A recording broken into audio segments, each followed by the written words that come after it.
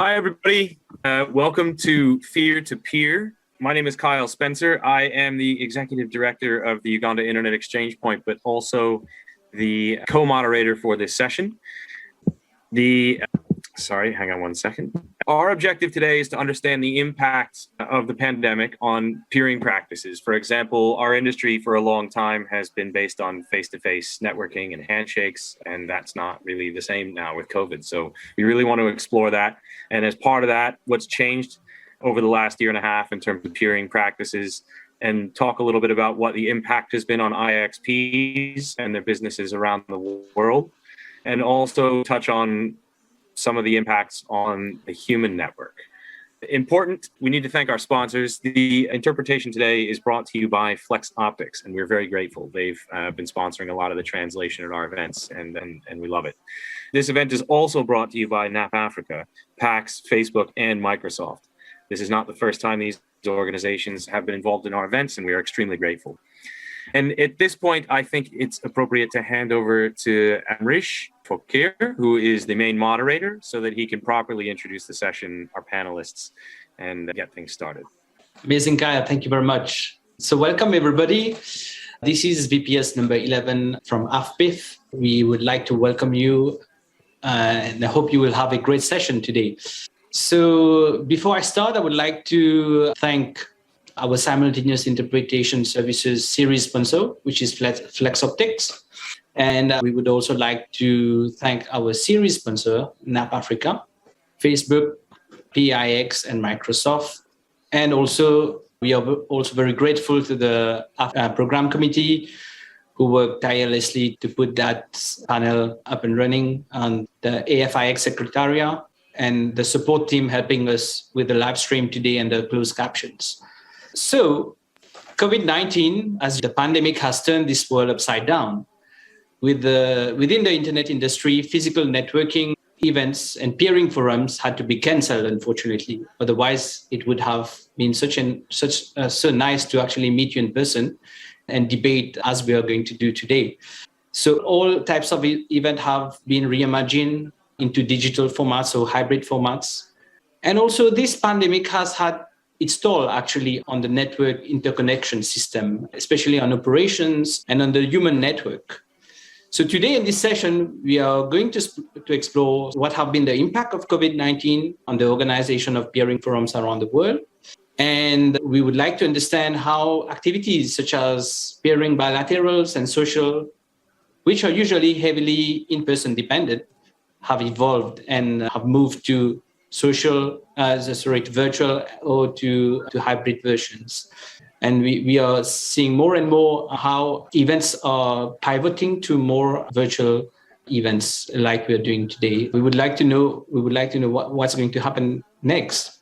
And also, what are the innovating ways peering forums are currently exploring to keep their community engaged amidst this crisis? Because it must be quite challenging to keep people engaged. People are facing Zoom fatigue and all sorts of things. For this today, we have an extraordinary panel of speakers, starting with Ester Paál. He's coming from NIX.CZ. She's the Accounts and Communications Manager. Welcome, Ester. Then we have Nico Tshintu, who is the Operations Manager from ISPA-DRC, and he's actually in charge of the RDC-IX, so the group of IXPs in DRC. Then we have Rebecca Klaus-Peter, who is the Events and Operations Coordinator at UIXP. Welcome, Rebecca. Last but not least, we have Yolandi Robinson, who is the Peering and Interconnect Specialist at NAPAfrica. Welcome, everybody. So before we start, I would like to run a quick poll. I would kindly ask the support team to launch the poll right now. Thank you. I'll give you a minute or so, and then I can end the poll. And here are the results.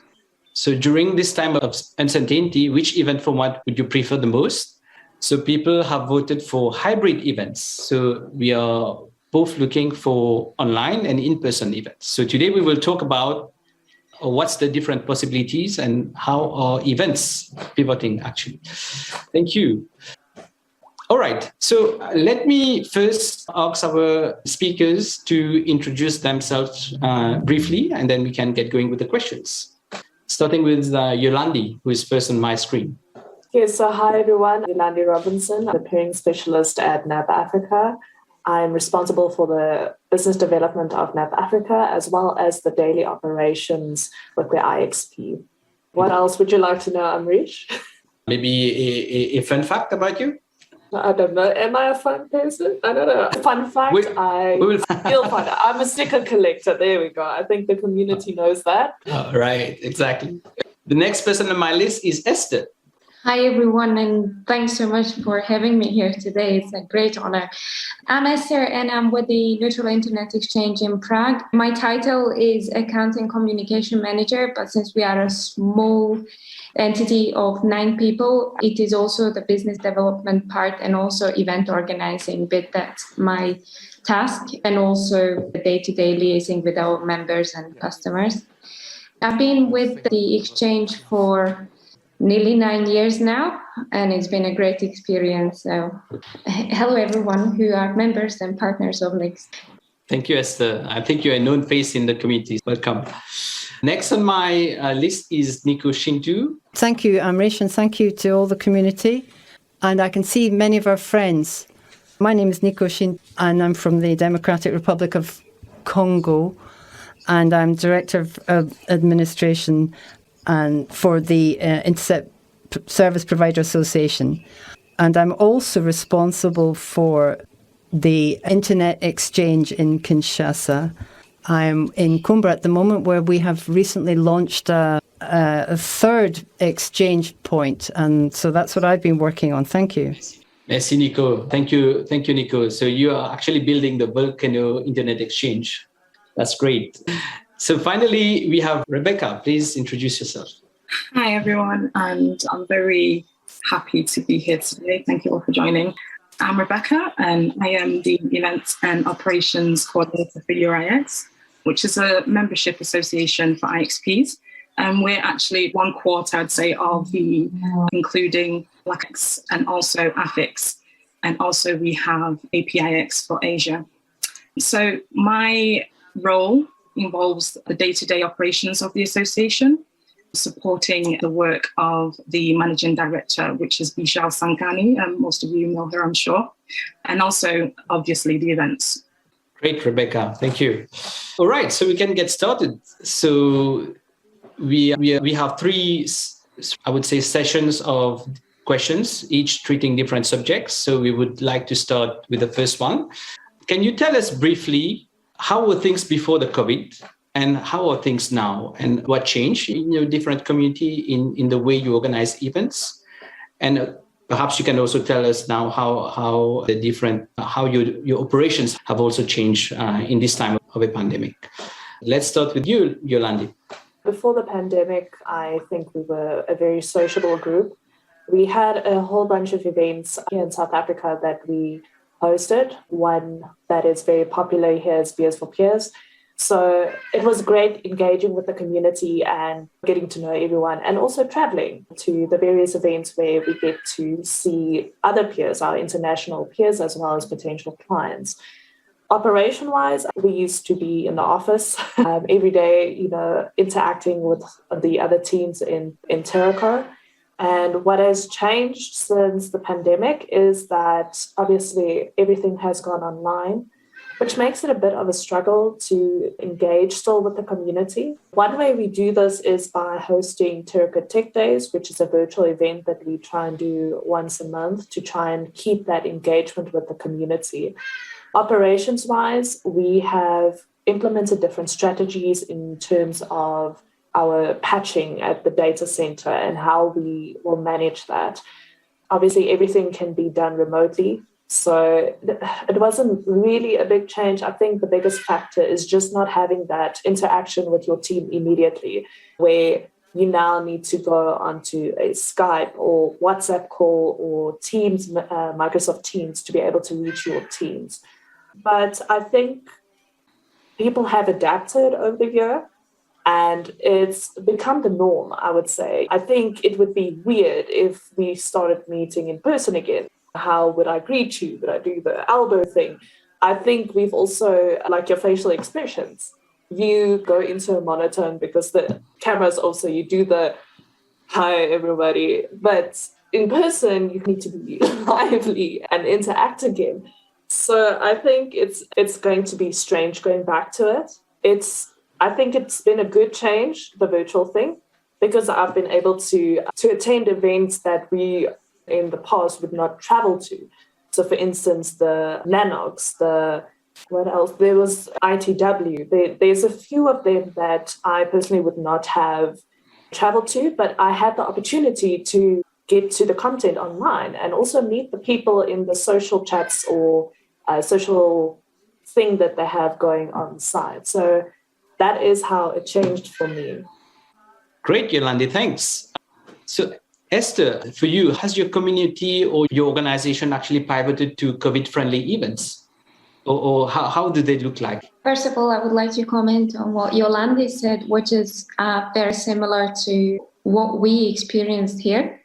Also, it was a very sudden change for us since March, let's say, when before we would attend many events all over the world, and suddenly we were stranded in Prague. And it was, so the first 3 weeks were absolutely blissful, because I think you all had it like you wouldn't change from I admit I hadn't changed. I had day pajamas and night pajamas, but that would be the beginning. And it was really nice to just settle down and quiet down a bit. But then after some time, it has become very strange. So this feeling of being stranded and being basically isolated in not just in physical terms, but also socially, it was very difficult. And it was a big change. And what we did, so normally our exchange would have 3 to 4 in-person meetings for our members and customers every year.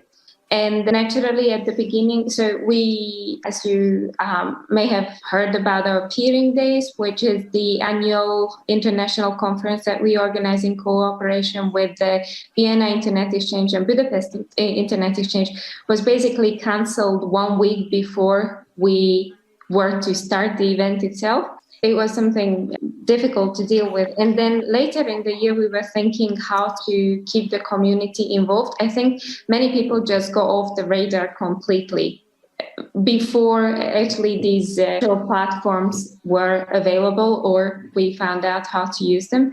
So later in the year, we managed to organize a couple of online meetings, which were a huge change in comparison with what we would have normally.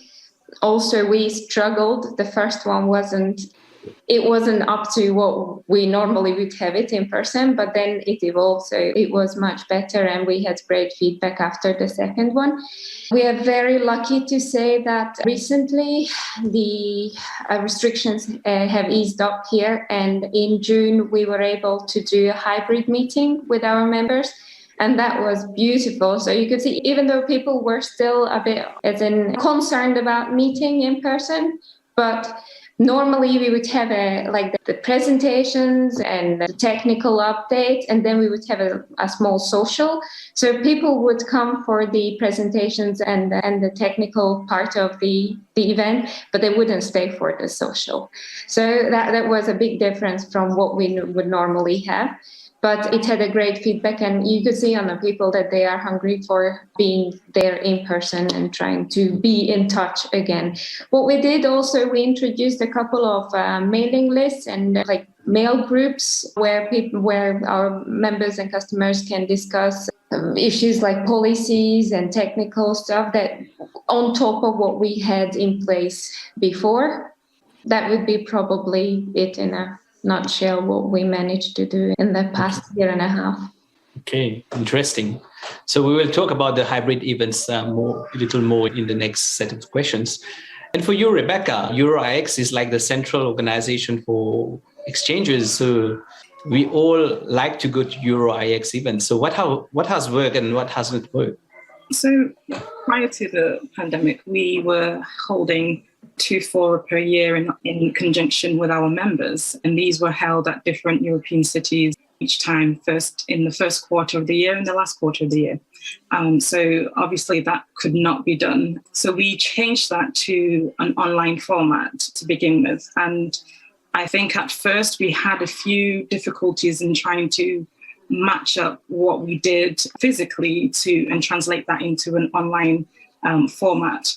However, I think the FPC doing a great job of picking out the relevant topics that interest the membership and the wider community, and still holding those events online.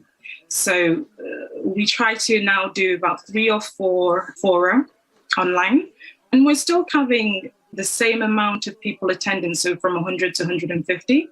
But what we have done is open that up to the whole community. So it's not just our members and invited guests, which was a difference in the physical. We also split up the interest of the membership and made different stream of online events. So we have a panel in conjunction with, we have a Learn With Us, which is online tutorials and workshops. We have what we started off as COVID talks, and these started off as welfare checks in a sense, to see how our membership is doing. And this kind of translated into business continuity. So how are the membership doing? But going beyond that and looking at how they can sustain their IXPs beyond COVID, how they can do their budgeting and etc. So these have been relatively successful. And in fact, our members have given us some feedback that they would like some of these to carry on beyond the pandemic. So even if we return to face physical meetings, they want these to carry on. So we are doing a number of things, and I think that they are going to carry on beyond physical meetings. That's great, Rebecca. So it's amazing how creative the human can be when in the face of a pandemic. And we actually come up with very good ideas that now people are actually would like to see in the long run. And that's great, actually. So we can launch another poll. So we would like to know, for example, what are the concerns that people have if ever we would like to go back to the in-person event. So we all know that we are in a phase of recovery. Hopefully soon we can all travel again. So what would reduce your concerns about in-person events? Is it travel logistics? Is it mandatory vaccination requirements? Or is it on-site protection measures? Good. We can end the poll now. Oh, these are very close, actually. So the people voted most for vaccination requirements, and to a lesser extent, travel logistics, for example, quarantine and PCR tests, and on-site COVID measures is coming last. Great. I will now hand over to Kyle for the next set of questions. Kyle, over to you. Hey, thanks a lot. So I just want to carry on a little bit of the discussion we were having before. So what I learned from the last round of conversation was that hybrid events are starting to happen in some cases. And so the question is, do we think this is going to continue? And if so, is that going to introduce new challenges from an organizational point of view? And for example, if you have to manage physical events once again, but also you have demand for people to continue these virtual events, what are the challenges that you might foresee associated with that? Is this going to put a strain on your organization? Let me throw that first to Rebecca. Actually, let me throw it to Esther, because you're the one who mentioned that you're starting to have hybrid events already. I think maybe you'd have some insight into this. Sure. I think people who know me, they would know that I am a great advocate for in-person meetings. Hybrid meetings are okay. Virtual meetings are, for me personally, not okay. I think the main point of us being here is building a community, and in terms of having a hybrid event, because we can't do it in person or because we are protecting our members and customers and friends from COVID or other horrific illnesses, then it's okay. But I think nothing is going to replace an in-person event. I see the benefits in terms of having people who could not normally attend. We have members all over the Czech Republic or outside the country, and not all of them can attend because it is just logistically not possible. So with the hybrid events we introduced recently, they can also participate. And it's lovely. From this perspective, this would be something that we would probably want to keep on, maybe not for all of the meetings, but for some. But if it was up to me and the situation allowed it, I would probably want people to be there in person, because community building is about the proximity and being together and being able to talk to each other, see each other. This event is wonderful, but I can't see who's listening to me. I can't see people's reactions. I can't relate to people who are on the other side of my screen. And this is something that you will never be able to replace by a virtual event or a hybrid event, because anyone sitting behind a screen somewhere remotely might get the information they are interested in, but I don't know if it actually is being part of the community, if you are feeling involved the same way as if you were sitting in the same room, drinking your beer next to someone, etc. So I don't know if this answered your question, but this is my view. Yeah, thanks for the insight. I think that's valuable. But Rebecca, now I want to toss it over to you, because I think you were also mentioning that you've had a lot of success with the virtual events, and I imagine that those will continue as well. Do you guys have the capacity to maintain the virtual event streams along with the physical events when you return to them?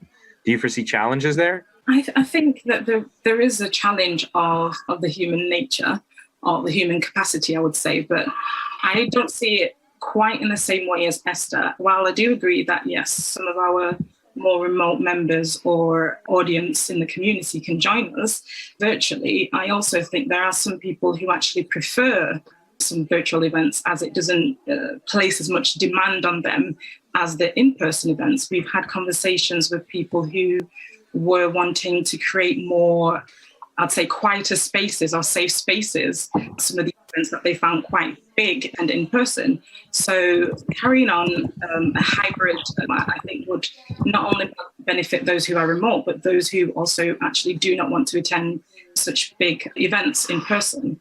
Another thing is that some people actually just like hybrid events as well. So we do have to consider that we perhaps cannot keep the same format as we would like, and adapt accordingly, really, for the future. But I guess my question is, as EuroIX, are you going to have to increase like your staffing, for example, to manage this additional sort of event? Is there an additional workload associated with holding hybrid events from your side, from an organizational perspective? Of course, yes. We have actually been talking with RIPE and TC, who are also thinking about this going forward, and we would be working with them to do the hybrid events. So that conversation has already been had. And in terms of translating the streams of online events that we do have, I wouldn't say that there's more demand. Myself and Bijal, we organize these events, we manage them, and they're usually 30, 40 minutes of workshops or tutorials. So it wouldn't place as much demand as organizing, for example, a physical workshop would. Okay, all right. That's good to note. And I want to touch a little bit on what the poll results looked like, because they're asking people about, there was an expression that travel logistics are a big concern for people returning back to events. So as an events organizing team or somebody hosting events, it seems to me that in the future, these might pose additional burdens on the event organizers. I can only imagine if we were to host another AFPIF, we'd have to have confirmation from the host government about their procedures related to the COVID testing requirements and all this other stuff. So I'm wondering if you foresee some of the same challenges, what you foresee, and maybe Yolandi, you want to jump on that from the South African perspective? Yeah, so to touch on what Rebecca and Esther has said is that we all want to get back out there and go to these in-person events because that's our nature. However, my personal concern is, are we ready for this? To go back into these big groups and just talk and relive what we did pre-pandemic. I mean, myself, I would love to get out there. I'm a very sociable person. I've been described as an extroverted person, but I've been experiencing social anxiety. So for me, just going to the shop and having about 10 people around me, out of nowhere, I would get a panic attack, which it just developed over the past year. So I think the hybrid solution would be good because it also allows us, especially from South Africa's point of view, we can't join all the events, but with a hybrid solution, we would be able to actually see the content and get some insights in what's going on in the community. I think it would also give you more participation, because then in your company, you can have 2 teams, or you can rotate your people depending on how they feel about attending in-person events. So you can have someone in the team that focuses on online events to get that knowledge and then share it with the team. And you can have someone that actually goes out there and join these in-person events for the social networking and all of that. I also think we need some easing into it. So I think it's a bit much to expect that people need to get onto a plane and join, let's say, the UIX in Europe. It's not just the physical event that's a problem. It's the in-between, what happens in between. So me having to go to the airport, having to deal with confined space in the plane with a lot of people around me. There's a lot of factors. So I think we need to ease into it, maybe start with small local events with our peers locally, and then gradually making it bigger and having an open discussion. Are you ready for this? Now that you've done a small event, are you ready to do this? And in terms of the logistics, I think, as you all know, Africa is a little bit behind with the vaccine. So for us, it's still going to be a while before we can actually join you guys at physical in-person events. So for us, a hybrid solution would be preferential, because at the moment it's still an ongoing process. I do, however, think it's a bigger discussion to have around what do we do at events? How do we greet each other? Not everyone is going to be happy shaking hands all of a sudden. You're still going to have that hesitation, and it's going to be that awkward moment of how do I greet someone? What do we do in terms of name tags? You don't want someone to touch your name tag and then give it to you. And it's still all these pandemic things that's going to go through your head. So I think there's a lot that's going to change, especially in the first few events, in-person events that we do. Some things do need to change and need to be discussed. Like, how do we approach it? What does the community feel we can do at events to make them feel comfortable and safe to attend? That's really good insight. I particularly like the comment about how organizations involved in peering events might benefit from having a physical person and a virtual person because of maybe their different how comfortable they are attending each one. I think and I do think the first in-person events will be a little bit awkward. Maybe we can help people along by providing some suggested protocols for social interaction at them. Nico, do you have anything to add on this topic? Yes, I wanted to add something, because we are in a society where we are building the peering in ecosystem. So when we are trying to combine in-person and online, this presents us with a lot of problems. Those who are already in the ecosystem, who are already there, then it's fine to move over to online. But for newcomers, it's much more difficult. That's why we are trying to combine both. And we have made sure that the international in online is made available locally and person, but within small communities. So we need, there are some requirements.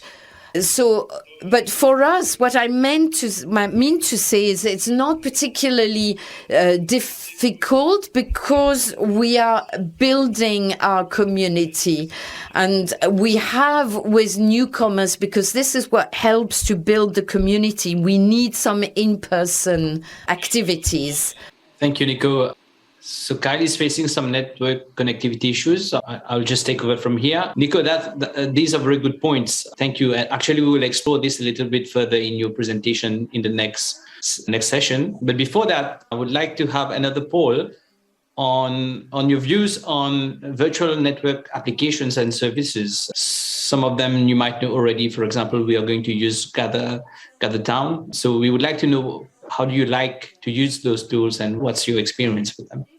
Okay, so we see almost a tie break between people like using virtual networking apps and people that have not yet actually found one. So I guess there are still a lot of improvement to do in that space and to make actually the experience of virtual events as seamless as possible, and actually to keep, I think the biggest challenge is actually to keep people engaged and for them to actually have a better experience online.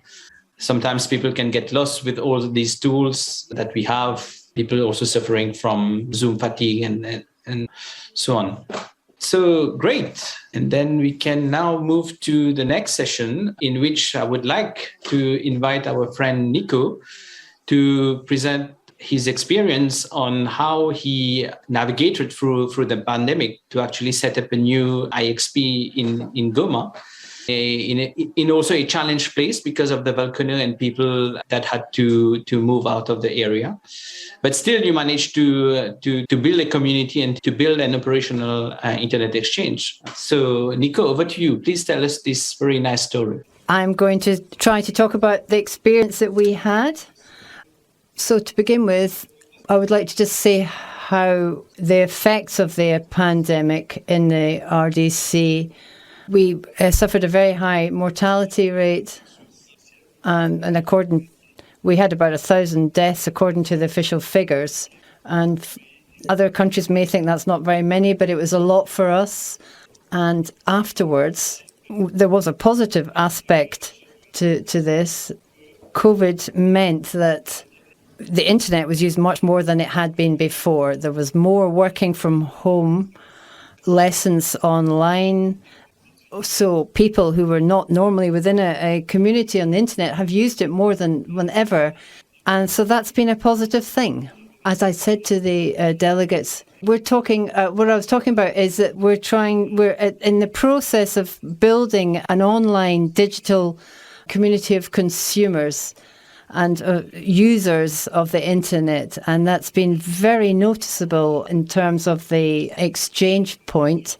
Before COVID, we maybe had 13, 14 gigabytes, but now, after COVID, that's risen to 80%, perhaps at 25 gigabytes.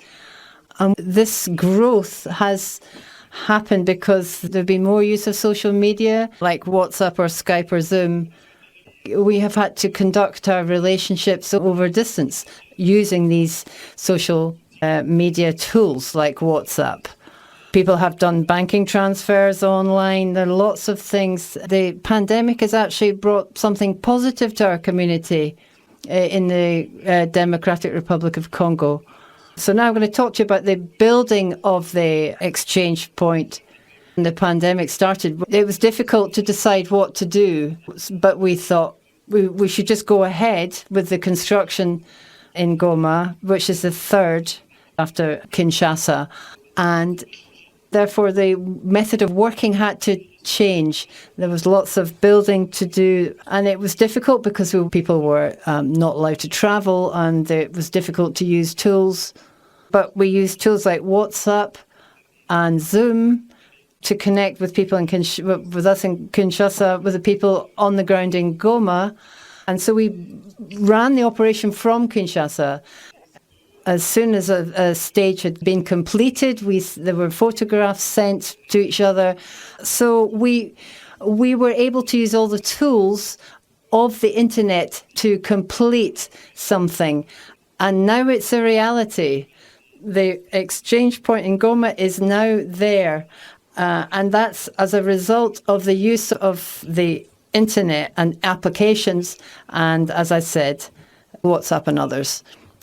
And as you can see in the photographs, we had to have technicians on the ground in the exchange point. But this experience showed us there were obviously disadvantages. We couldn't completely do things just as we wanted to. I was in Goma, for example. I've been there for 2 months, but it wasn't quite done as I'd hoped. But that's the disadvantage of working at a distance. But 90% of it was. So the objective of staying in Kinshasa to construct an exchange point at a distance, but we saved an awful lot on the budget for travel. We didn't need to go to stay in a hotel. So we saved money because we did it remotely. We even bought material from a shop, but remotely. We would actually purchase equipment remotely. During the COVID period, we've actually seen some advantages, and we saved on the budget that had been planned for the exchange point. Now, at the moment, I'm on the premises at the exchange point in Goma, and we're going to launch this exchange point next month. There are some things we still need to do, and in particular, training. And so in terms of training, we'll do exactly as we did before. We'll combine virtual and in-person training, and we're going to work with technicians on the ground. They will receive their training on the ground on the exchange point. And then officially, we're going to launch the exchange point on the 17th of September, and we're going to invite our partners to celebrate this opening. Of course, we did face other difficulties. We had to stop and assess because the town was evacuated and therefore work stopped. But then we've started again, and there's no concerns in terms of the Goma, and it's working. And life had begun again in Goma. And I called on our partners to come and help us in Goma and to provide their experience for the launch of the IXP. And I'm going to share a little video with you just to show you what happened in Goma, because it will show you that there were areas that were destroyed, and because Goma became a tourist town. And I'd like to show you just what happened. And there you can see the volcano, and within the craters, where you can see the lava, that has dried. The lava where it poured onto the town has dried, and we have to wait perhaps 20 years for this situation to repeat itself. Other tourists, you can come and visit the volcano where it erupted. We would like to invite you to come and live this experience and see what happened. And we can show you this even remotely thanks to the internet technology. I would like to thank you. Thank you. Thank you, Nico. I think we will wait that it cools down completely before we come, because otherwise we might get a hotspot there. That's great. Nice story about how you built. I can assure you, Amreesh, I saw it myself. I went, and it's amazing, as well as visiting the IXP, of course. It's a great attraction. Great. Invitation received. Thank you, Nico. I was telling how amazing this story is, how actually you managed to build a brand new IX amidst two crises, actually. So kudos to that. Maybe a question still to you, Nico. During the pandemic, have you seen any change in membership or traffic, let's say in KINIX, in Kinshasa? Yes, following the pandemic, there were big changes in Kinshasa. There's been an increase in exchanges. We are trying to build a community, but nowadays the meetings are online, are virtual, even government meetings are online, everything. So COVID has really changed life completely in the DRC. In a way, we say thank you to the pandemic, to COVID, because it allowed us to act as a catalyst to show the community that you can use the internet very effectively. Great. Thank you, Nico. How about others? Yolandi, in NAPAfrica, have you seen a change in membership, either an increase or decrease, in the growth of your membership base? And also for your operational practices, has there been any change? So we've seen a good increase since the pandemic. From March 2020, we actually seen a 100% increase in traffic. In March 2020, we reached the 1 terabit mark, which we celebrated at home. And then now we are peaking at 2 terabits of traffic. So within a span of a year, we were able to double that traffic. In terms of members, there has definitely been a good increase of members, especially from the African countries. We've seen a good interest from the African countries wanting to connect here in South Africa. And then in terms of operations, because we are obviously trying to adhere to the COVID restrictions, we've seen obviously an increase of remote hands and interconnection within the Terraco facilities because the clients are unable to travel if they are from a different country. And also locally, we've had some restrictions on our provinces, which prevented our members to be able to reach the Terraco facilities if they are not in the province where the facilities are. So we've seen a good increase of remote hands having to assist the clients with patching or installation of hardware. And then, of course, as I mentioned, interconnection. We've had a whole bunch of new interconnections with people realizing how important online is and how important the cloud is. A lot of companies here in South Africa, they are still doing a local server or, pen and paper. But during this pandemic, I think a lot of companies reassessed how they do things. So most enterprises we see are actually connecting to the internet exchange point, wanting to peer themselves, as well as adopting a cloud strategy to enable their workers to work from home. So it has definitely changed, and I don't think it's going to slow down anytime soon. I think with this whole pandemic, companies have realized and networks have realized how important it is. Another factor which obviously helped this on with the traffic increases here in South Africa, and I think generally in Africa, users at home do not have accessibility to high fiber at home or something like that because they're so used to going to the office and there's internet. So you download all your Netflix and everything at work and you come down. I'm kidding. We don't do that.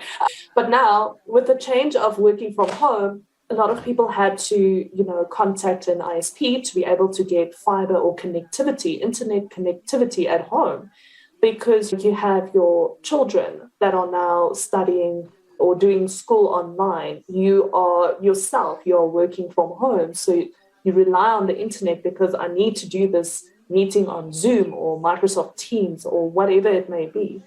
So it has definitely changed. And I think going forward, companies are perhaps going to do a hybrid model of working from home and the office. And that is why I say I don't foresee traffic going down or membership slowing down. Interesting insights, Yolandi. Indeed, we actually saw how traffic increased in many internet exchange points over the world, and actually in some of them being in Africa. But we also saw a lot of traffic decrease in some IXPs in Africa because, as you said, most of the traffic perhaps were coming from businesses. And when people move from businesses to home, they didn't have the same connectivity. They were maybe on mobile data, and then they couldn't actually afford to have the same experience as they were having in the office. How about you, Esther? Because maybe the scene in Europe is completely different from the one in Africa. Has NIX.CZ been forced to actually modify their operational practices? Actually, not the operational practices as such. Not naturally, we didn't come to the office. So something that in the past would have been unimaginable totally.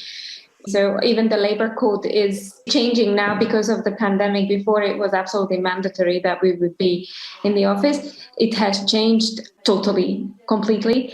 I could probably even say that we had groups of technicians that would be working together and they wouldn't swap. So that would be team A, team B almost.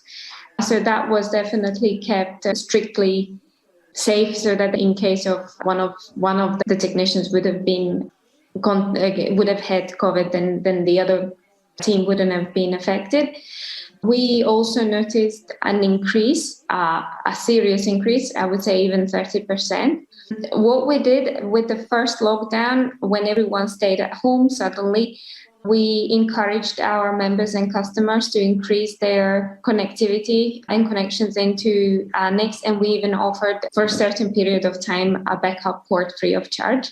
So that was something that we did. I agree with Yolandi. I can't really imagine that the traffic is going to go down. I think it is going to stay like this. Many companies here in the Czech Republic are already saying that they are not letting their employees go back full time. Even big international corporations are saying that they are giving up some of their office buildings, and it will be either short weeks and long weeks that the employees would be coming in on certain days of the week. And also they don't want the categories mixing. I think it is in this respect, it is similar to what was happening over there.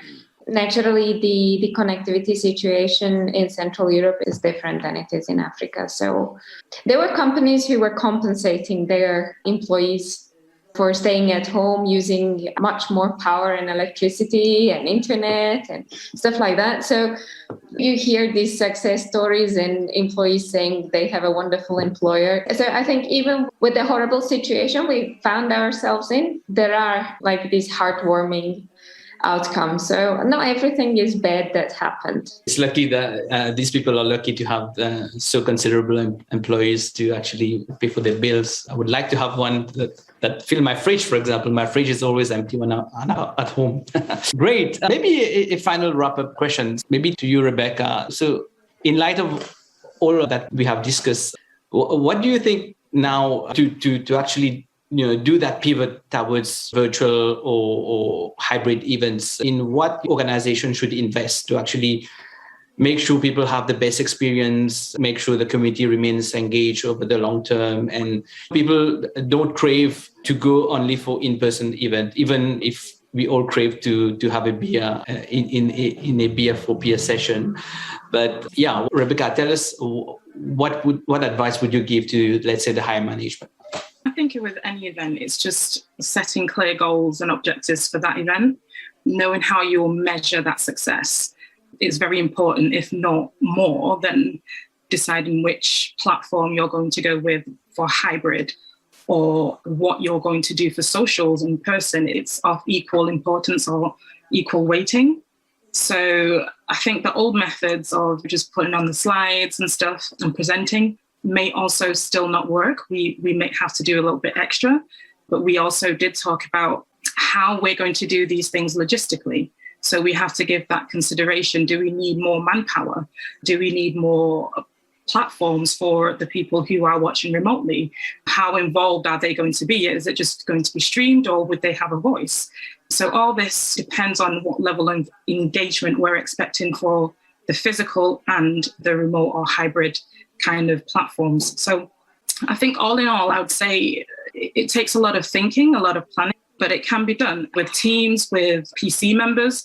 For us, it'll be the Forum Program Committee. We have to have those conversations with the teams and with the managers.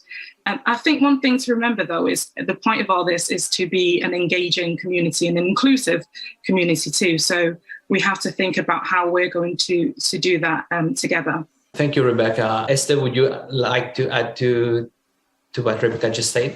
No, I totally agree with Rebecca. And how about you, Yolandi? What advice would you actually give to your organization to keep the vibe going? My advice would be to have an open discussion with your employees. I know it's not something that we used to do in the past. It was not something that we used to do, but I think it's very important to have an open discussion around, are you ready to go back into the world? So how stable or how strong is your mental health at the moment? And I'd like to use the analogy around by saying, think of yourself as a copper cable. A copper cable has 4 pairs. As we know, once you're connected, over time, the pairs inside the 4 pairs gets loose. So the data is still transmitting, but at a lower speed. So it's not to say that, the cable is broken. It can be fixed. You just need to find what was wrong. And it takes time. It does take time.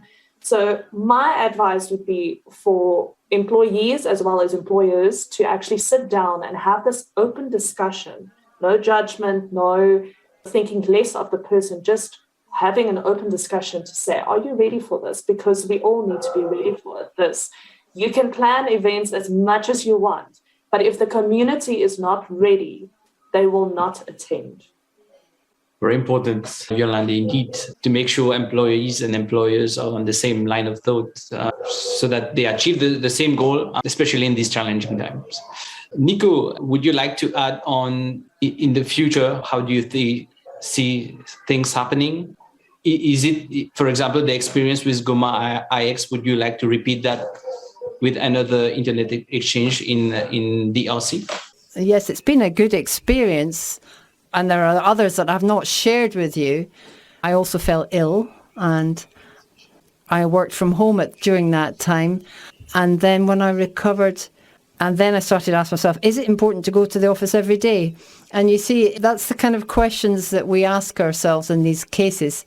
And there are some companies where employees work in the office and others where the employees work at home. And it does work. And perhaps there's be a team within the DRC that some working at home, some working in a central location. And now we have to think about what's the best approach to combine working remotely with working together. And I think that we actually work more when you're working at home because you work all the time. So it's important to analyse at the moment what the best way is, and that's how I see things. That's actually also an interesting insight. We do work more than often. The good thing, we spend less time in commuting, but still we spend more time online and on Zoom calls like these ones. So this brings us to the Q&A sessions. And I see in the Q&A that we have two questions. The first one is, do you have any special protocols during these events to limit transmission? So this is in relation to in-person event or those who have organized hybrid events. So maybe Esther, could you give us a quick... Yes, absolutely. Yeah. So health and safety is absolutely important for us. With the in-person meeting or the hybrid event that we had, it was everyone who was coming would have to have a negative test with them. Also, we would keep the distances, mandatory face mask wearing. Also, our event was held in a space, in a venue where it only had a roof, or only had basically 3 out of 4 walls. So we had fresh air in and people could keep the distance. There was an offer of refreshments, but also distances had to be kept and everyone had to wear a glove when they wanted to take something. In terms of future events, so we are very optimistic about 2022. I hope no one is going to get offended here, but people, if you can get vaccinated, because this is the only way out. I understand not everyone can get the vaccine for some reason, or it's not available, but if it is, please don't just postpone it maybe later, because this is the way out of this whole crisis.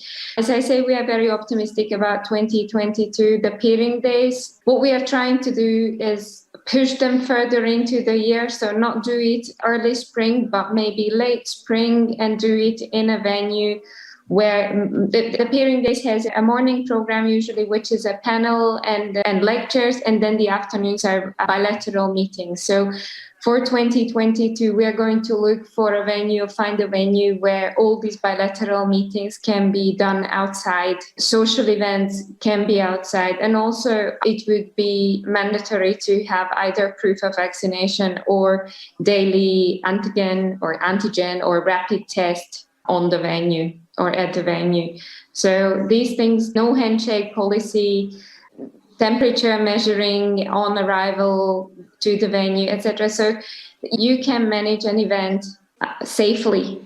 You have to plan for it, prepare for it, but it can be done. So this is how much I can add. Thank you, Esther. So perhaps we can move to the next question. Do the panelists think that an easy return to in-person meeting is viable? Also, would a return be more viable than online events? Rebecca, would you like to take that one? Just thinking about what Esther just said, which I fully agree with. No, it's not going to be an easy return. We have more logistical considerations to, think about. And we also have the safety of our participants to think of. Easy return, no. Viable, yes. So long as we follow the stipulations of the country, of the venue, and just make sure everyone's safe. I think we can do that. Yeah. And we have a last question. Are in-person events more valuable than online events? What do you think, Yolandi? I think there are. They can be. The content, the slides is easy to get online. We can record the session for you.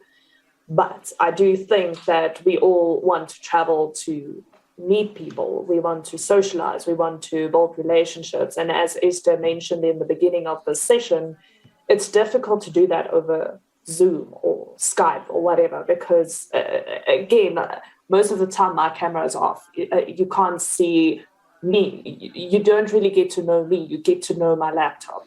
So I think in-person events are good, especially in the community, to start discussions and all of that, because I feel on Zoom it's a bit awkward and you have this thing of talking over each other and all of that. But still, online is something we need to consider for a more inclusive community. Thank you, Yolandi. How about you, Nico?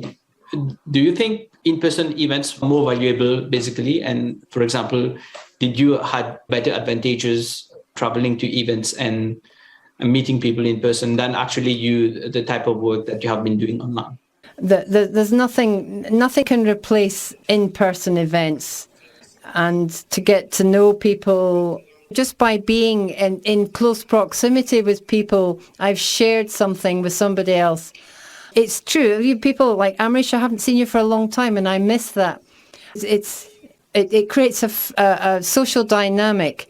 Yes, virtual events are important, but it's not natural. Indeed, Nico. As you said, we are all a big family, and hopefully soon we will be able to meet again. But in the meantime, I think virtual and hybrid will be the new norm. And as we have spoken here today, we are trying different ways and different techniques to make sure this new experience is actually a good one. Yeah. So this brings me to the end of the exchanges. And if Kyle is online, I will ask him to do a quick wrap up. Cool. Yeah, I am here. Just to recap some of the key takeaways. COVID was a big initial shock. Everybody in the group mentioned that there were event cancellations. Some of them were even last minute. And though it might have been good to relax at first because of a hectic schedule that was going on prior to COVID, isolation eventually set in and became a problem. And today we've got a lot of work from home, which has pros and cons. On the bright side, we all get to wear pajamas all day, but we also have less interaction with our colleagues, and the loss of in-person events has made it difficult to maintain community engagement. But there were some successes. Ester mentioned that NIX.CZ had some success offering additional mailing lists and other channels through which the community could communicate on specific themes. Rebecca mentioned that you're similar attendance now at their virtual events as they did in the physical, and even introduced some different online streams that cater to specific content areas. It was mentioned that virtual events are more accessible and have enabled some of the people to attend that might have not attend events that they might not have done so before, European Peering Forum, Global Peering Forum, whatever. And so there's demand for them to continue regardless of any potential return to in-person events. But there's concern that the new paradigm has become the norm, and people might feel really uneasy or awkward about returning to in-person events. And so that'll be an interesting challenge. Travel logistics are also a big concern when working towards that, especially vaccination requirements.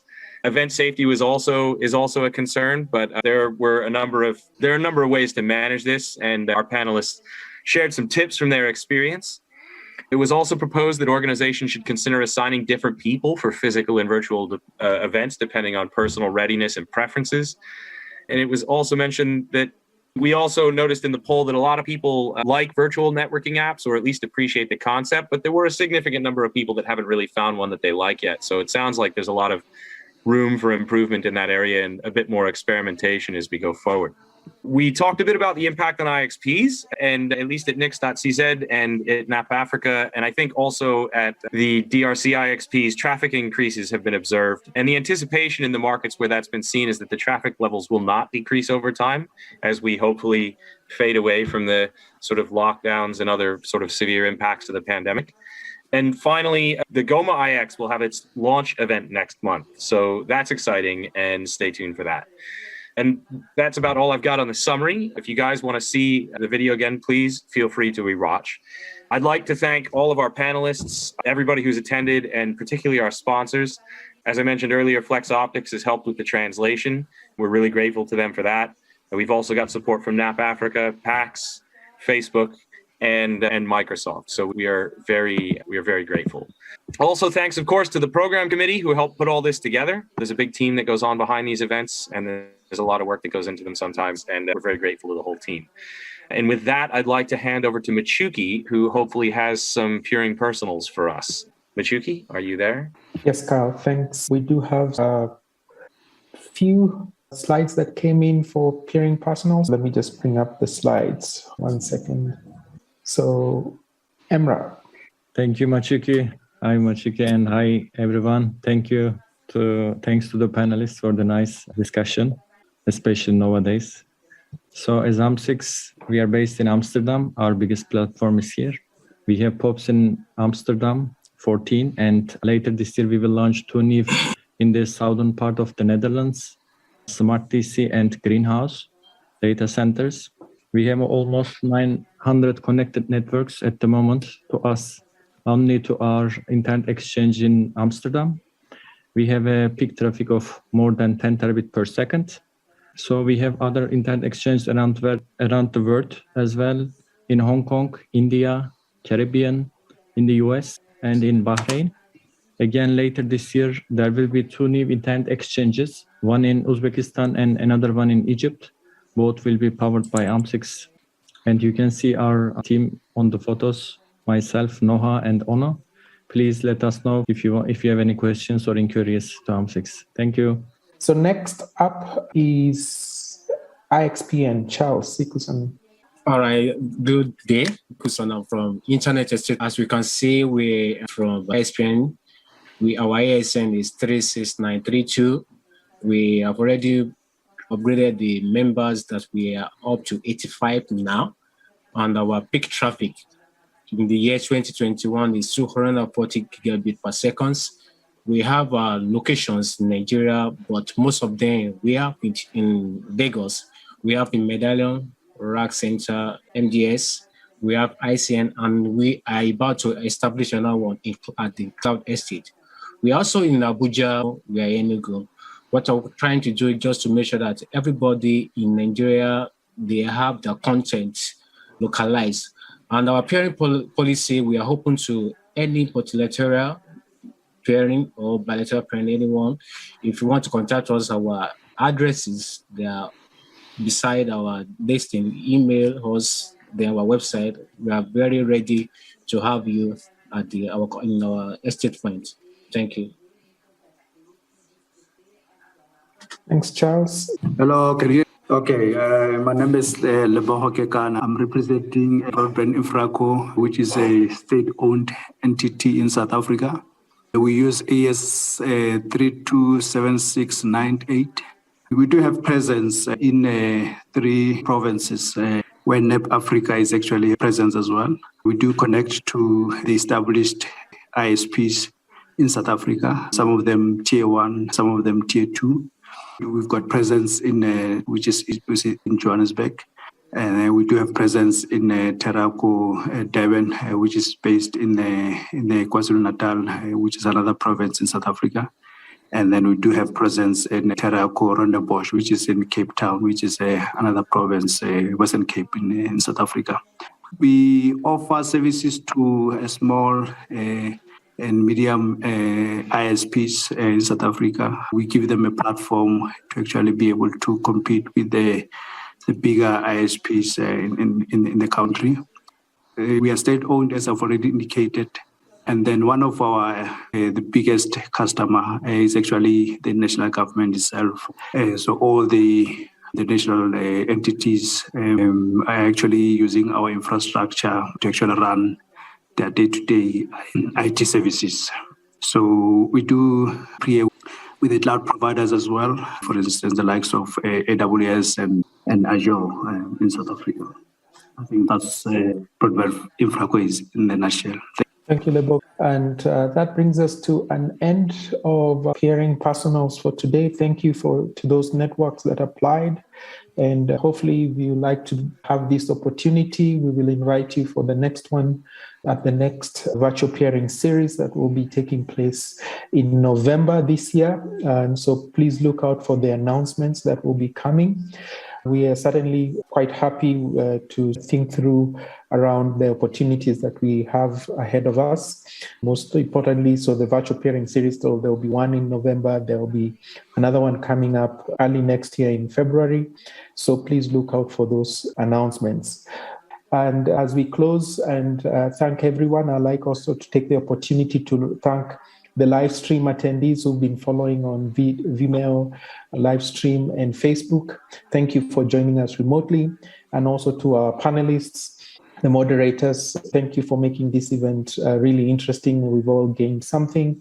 And also to the whole team behind the scenes. Once again, thank you for all the work that you put in. To our translators, interpreters, the live captioning team, thank you very much again for an excellent job. Thank you very much and see you next time.